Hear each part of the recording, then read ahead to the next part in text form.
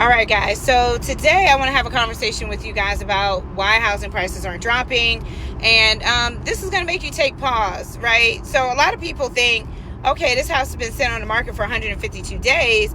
I'm going to make a lowball offer on it to see what happens, right? And then they get shocked when the listing agent comes back with, well, unfortunately, the seller rejected your offer. They need X, Y, and Z amount in order to close, right? Even though X, Y, and Z amount is not really realistic, the listing agent is still going to ask for it. And the reason why the listing agent is asking for it is because they literally need that money in order to close on the house or whatever, or else they're going to be bringing money to the table, right? And a lot of listing agents aren't explaining to their clients, like, look, you took these forbearances, you took these deferments, you took this money from the government, and now you don't have any equity and stuff like that to sell your house, right? Person can't afford to pay real estate agent dues. They can't afford to pay closing costs for you. So basically what the seller wants you to do is they want you to pay for their bad mistakes, right? And don't you do it. And the reason why I say this is because, you're seeing a lot of houses right now that are lingering on the market. These houses should have had price reductions, and that's a red flag. And the reason why they haven't had price reductions is because basically